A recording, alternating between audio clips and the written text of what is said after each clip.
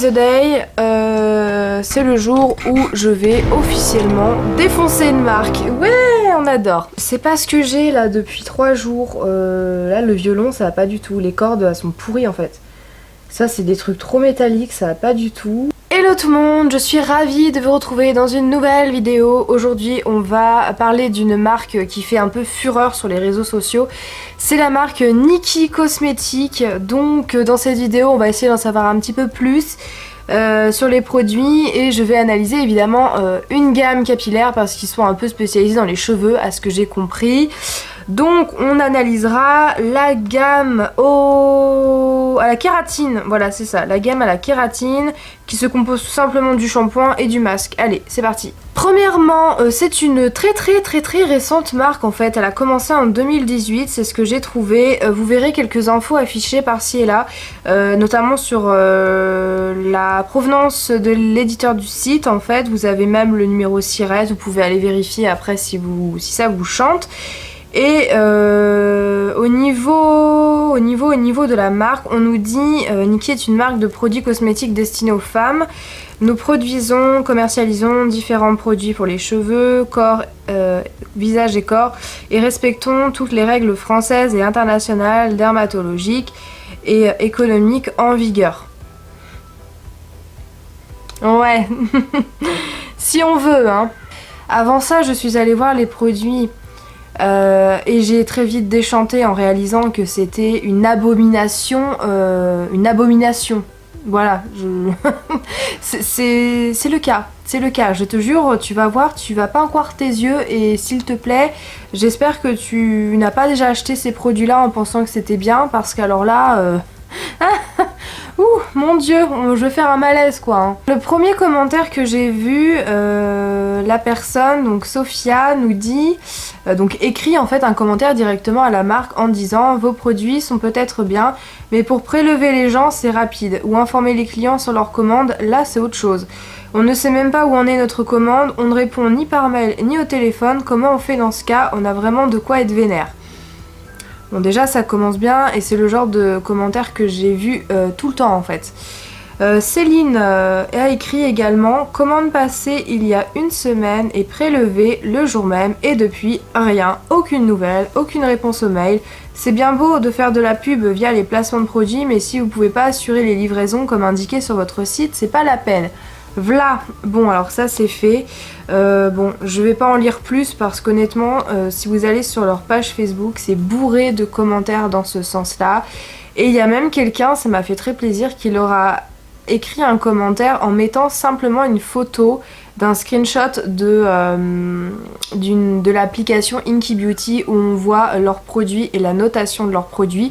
Je te laisse imaginer que les notes sont absolument exécrables. J'ai même eu un produit, un shampoing je crois, qui était noté 1 sur 20. J'ai jamais vu ça de ma vie. Bon, honnêtement, c'est le style de marque qu'on voit quand même assez régulièrement passer. Ça me fait penser un peu comme So Shape ou tout ce style de marque qui se fait connaître uniquement sur internet grâce à des influenceuses. Grâce aussi à des partenariats avec des personnes qui viennent de la télé-réalité. Bon voilà, c'est pas vraiment le genre de marque que j'aime bien parce que je trouve que c'est vraiment uniquement pour faire un business très rapidement en fait. En plus de ça, je trouve qu'on n'a pas beaucoup d'informations sur les produits, même en tant que cliente qui ne s'intéresserait pas forcément aux compositions. Je trouve que bah, ça vend pas du rêve, les packaging c'est du vu et du revu. Bon bah c'est noir, c'est doré, ça rappelle un petit peu le luxe, tout ça, mais c'est pas non plus incroyable, enfin dites-moi ce que vous en pensez. Mais bon, voilà, au niveau du prix, on a des bouteilles quand même assez gros, ils font 500 ml et le prix c'est environ 26 € pour un produit. Et si vous prenez la gamme complète, donc les deux produits en même temps, vous en avez pour 52,90 € au lieu de 53,90 €. Ouais, les mecs sont vachement généreux, c'est incroyable. Donc le pack kératine, ça s'appelle le pack kératine. Shampoing à la kératine sans chlorure de sodium. Alors ça c'est des excuses mais bidons, mais d'une bidonnerie incroyable, on n'en a rien à faire de ça. J'ai même vu un autre moment où c'était marqué sans parabènes. Bah, encore heureux qu'il n'y ait pas de parabènes, mais bon, si tu veux, on est rendu à un point où qu'il y ait du parabène ou pas, ça ne change plus rien, honnêtement. Passer un petit peu de temps quand même sur les compositions de cette gamme à la kératine. Je vais vous afficher tout ce que vous avez besoin de savoir et on est parti. La listing key, vous l'avez et on commence tout de suite. Premier ingrédient, de l'eau. Deuxième ingrédient, ammonium lauryl sulfate. C'est un sulfate irritant. Je pense que ça, vous connaissez très bien maintenant. Ensuite, troisième, on a du sodium lauryl sulfate. C'est encore un sulfate irritant. Ensuite, nous avons la cocamide DEA, qui est un tensioactif qui va servir vraiment à faire énormément mousser le produit, à mon avis. C'est vraiment des produits qui ressemblent un petit peu style Saint-Algue, Sayos, ce genre de grosses bouteilles de shampoing qui moussent beaucoup et qui sont pleines de silicone. Ça ressemble un petit peu à ça et je pense que ça doit sentir super fort. Ensuite, je poursuis, nous avons de la glycérine. Comme je vous l'ai dit dans des précédentes vidéos d'analyse composition, la glycérine c'est bien, le seul problème c'est quand on ne connaît pas l'origine, ça peut être d'origine animale. Voilà, donc si vous voulez être vegan ou faire attention à ça, c'est vraiment pas terrible. Je continue, ensuite nous avons du glycol. Nous avons du glycol et encore un sodium laureth sulfate. Voilà. Encore un sulfate, c'est génial, il y en a énormément dans ce shampoing, c'est un truc de fou. Ensuite, on a ce qu'on appelle laureth 10, c'est un composé étoxylé, un tensioactif, ça fait partie un peu du pouvoir moussant, de tout ça. C'est abusé là les gars, il y en a 25 000, sérieusement. Je continue, nous avons de la cocamide dopropylbétaine qui est un tensioactif secondaire, qui est plutôt adoucissant, qui est autorisé en bio, effectivement on le rencontre de temps en temps. Mais il est autorisé uniquement chez le label Cosmos Organique. Voilà, c'est un label qui est un petit peu plus souple. Notamment, vous avez Garnier, la nouvelle gamme Garnier. Vous avez des gammes que vous retrouvez très souvent en supermarché qui sont labellisées avec Cosmos Organique parce que le cahier des charges est un petit peu moins pointilleux. On va dire ça comme ça. Je continue, on a du sodium sulfate, du phénoxyéthanol et de l'éthylhexylglycérine. Donc encore un sulfate, le phénoxyéthanol, vous le connaissez, c'est vraiment pas terrible. Et l'éthylhexylglycérine est un ingrédient qui est produit à partir d'une glycérine. C'est interdit en bio. J'ai pas trouvé vraiment de choses problématiques à son sujet, mais si c'est interdit en bio, je me dis qu'il y a quand même quelque chose, il y a quand même une petite anguille sous roche comme on dit. Je continue avec le disodium lauryl sulfosuccinate. Oh là là, je sais pas comment on dit ça. DLC, voilà. C'est plus simple, c'est un tensioactif étoxylé. Il a un fort pouvoir moussant. Il n'est pas considéré comme un sulfate, mais quand même un peu. Alors, là aussi, les avis divergent, mais dans le doute, je conseillerais d'éviter. Ensuite, je continue, nous avons un truc de 36 milliards de kilomètres, le triméthylzililamone et diméthicone. Voilà, c'est ça. Quand vous voyez diméthicone, on fuit, c'est un dérivé du silicone. C'est un silicone, tout simplement. Ensuite, on a ce qu'on appelle le C11, 15, 7, parette 12. Alors, c'est des noms de code, hein, parce qu'ils n'ont pas voulu tout mettre. C'est un émulsifiant. Encore un émulsifiant, il n'y a que ça là-dedans. Pour l'instant, le côté soin n'existe pas. Hein. Voilà, n'existe pas du tout. Nous avons ce qu'on appelle le cyclotétrasiloxane, c'est un silicone. Ça ressemble au cyclopentasiloxane en fait, c'est un silicone. Également suspecté d'être un perturbateur endocrinien. Et pour votre information personnelle, ce cyclotétrasiloxane sera interdit à 100% dans les produits à partir de 2020. Donc on n'a plus qu'un an à attendre et ils devront reformuler ce produit-là déjà. C'est pas très intelligent de leur part d'avoir fait ça, mais bon.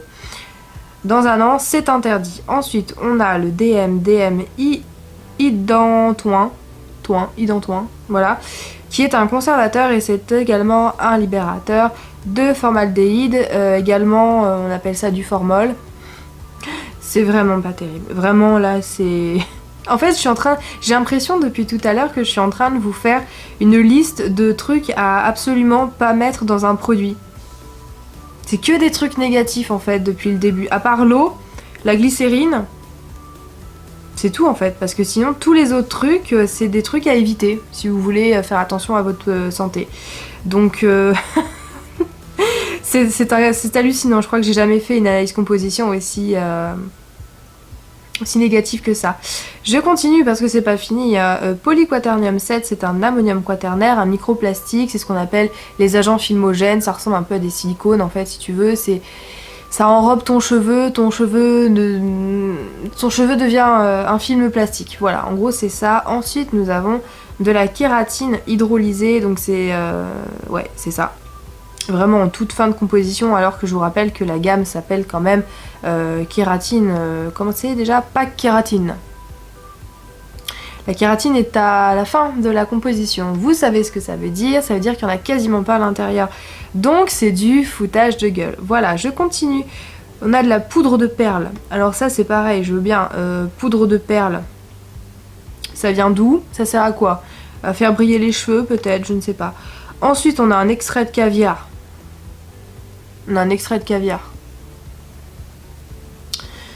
No comment.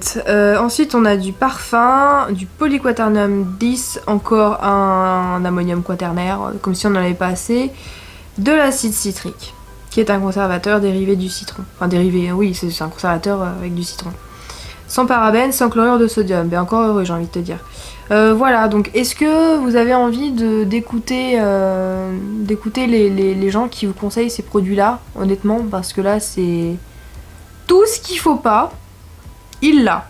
Je pensais pas que c'était encore possible de mettre en vente des produits avec des compositions comme ça, honnêtement. En plus, c'est une marque française, en tout cas, qui est basée en France, Montreuil. On passe au masque. Le masque qui s'appelle le masque kératine, tout simplement. La liste est un petit peu moins longue. Donc, ouais, enfin bon, c'est pas gage de qualité non plus, hein. Je vous rassure ou pas. Donc on continue, on a de l'eau, deuxième ingrédient, cétrimonium chloride, c'est un ammonium quaternaire, un conservateur. C'est moyen, hein. En deuxième position.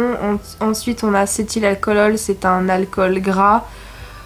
Ça c'est vraiment l'ingrédient fastoche pour faire une texture crème à moindre coût. Ensuite je continue, nous avons du benzimonium chloride qui est également un ammonium quaternaire. Petite astuce, quand vous voyez encore des trucs en imonium, souvent c'est des ammonium quaternaires, hein. C'est comme les silicones, tout ça, c'est des choses un petit peu qui se ressemblent au niveau de l'appellation. Je continue, nous avons de la glycéryl qui est un émulsifiant, c'est pas de la glycérine, c'est de la glycéryl. On fait bien la distinction, stéarate CE, voilà, c'est un émulsifiant. Ouais, pour en mettre d'autres, hein, mais bon, c'est des trucs vraiment pas chers. Je continue, nous avons du quaternium 80 qui est encore un ammonium quaternaire. Disons, hein, il devrait marquer ça sur le paquet, à base d'ammonium quaternaire, bon pour tes cheveux. Voilà, je continue, nous avons du phénoxyéthanol, vous connaissez, nous avons de l'éthylhexylglycérine.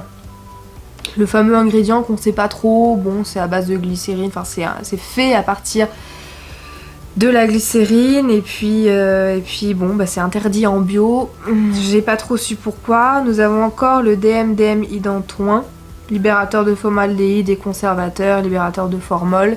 On a vraiment les mêmes ingrédients, un petit peu beaucoup même, hein, problématiques qui reviennent encore dans cette composition, dans la même gamme. Je continue, nous avons de la paraffine liquide qui est une huile minérale. Alors là, il n'y a même pas un truc naturel là-dedans, c'est abusé. Il n'y a même pas une huile, même une huile de tournesol, tu vois. Non, paraffine liquide, ok. Ensuite, nous avons du parfum, nous avons de la kératine hydrolysée, de l'acide citrique, du triéthanolamine.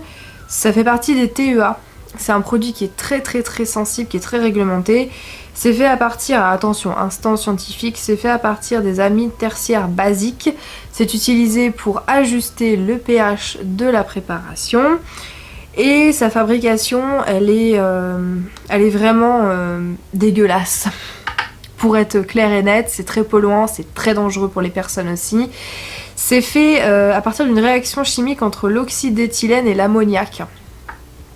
Très toxique, très toxique.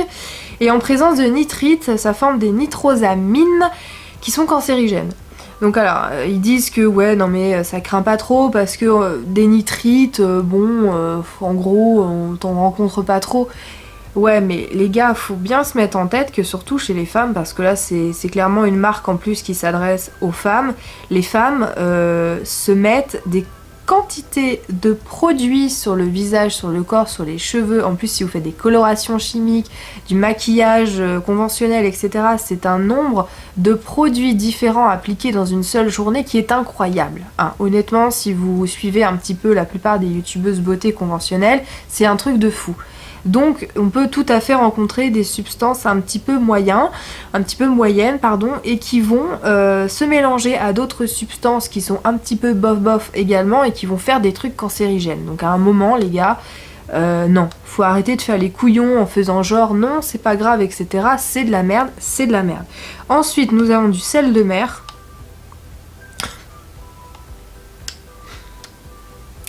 Du sel de mer, bon si tu veux. Et encore de la poudre de perles.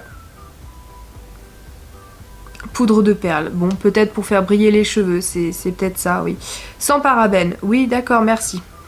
Bon, ben voilà. Conseille pas.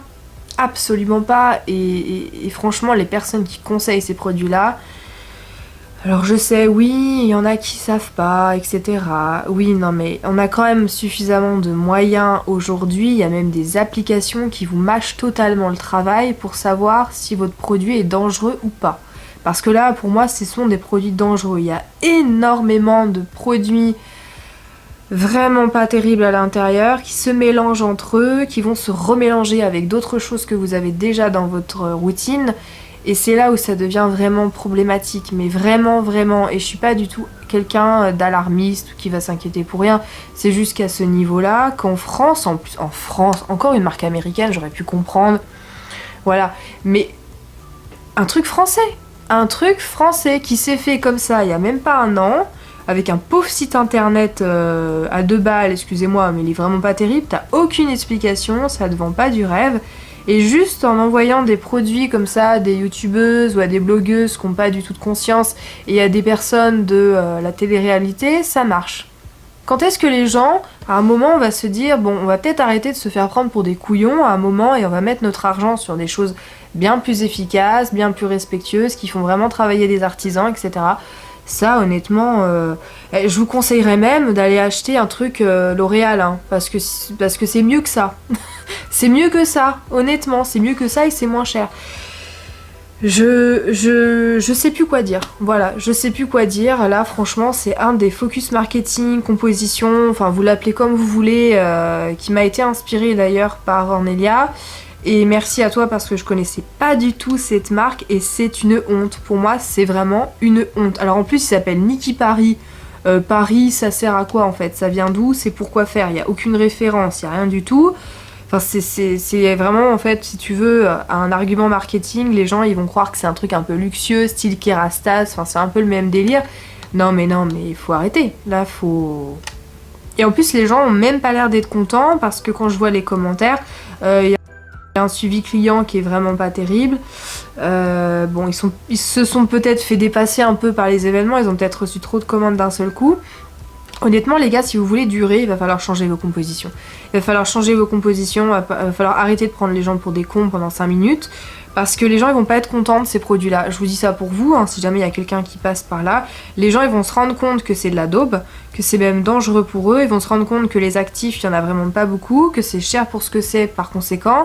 En plus, si le service client ne suit pas par derrière, les gens vont pas être contents et vous allez avoir une mauvaise réputation. Alors si vous pouvez faire un petit effort, essayer de changer un peu les compositions, au moins de mettre des actifs en début de composition, ça serait quand même mieux, parce que là c'est vraiment des marques, c'est une marque bullshit en fait, c'est un peu ça. Ça vient, ça passe, ils referont autre chose plus tard, mais c'est un peu ça. J'espère que cette vidéo vous a plu, que ça va vous permettre d'économiser votre argent et n'hésitez pas à partager ces informations parce que c'est absolument révoltant. Je n'ai jamais vu un produit, une gamme complète comme ça, aussi pourri. Honnêtement, c'est... Waouh. Waouh, là on a le pompon de la Garonne et de la Loire et de tout ce que tu veux là. C'est pour moi toujours un plaisir de pouvoir vous éviter de vous faire arnaquer, donc prenez grand soin de vous naturellement, en tout cas essayez, c'est toujours mieux. Ciao!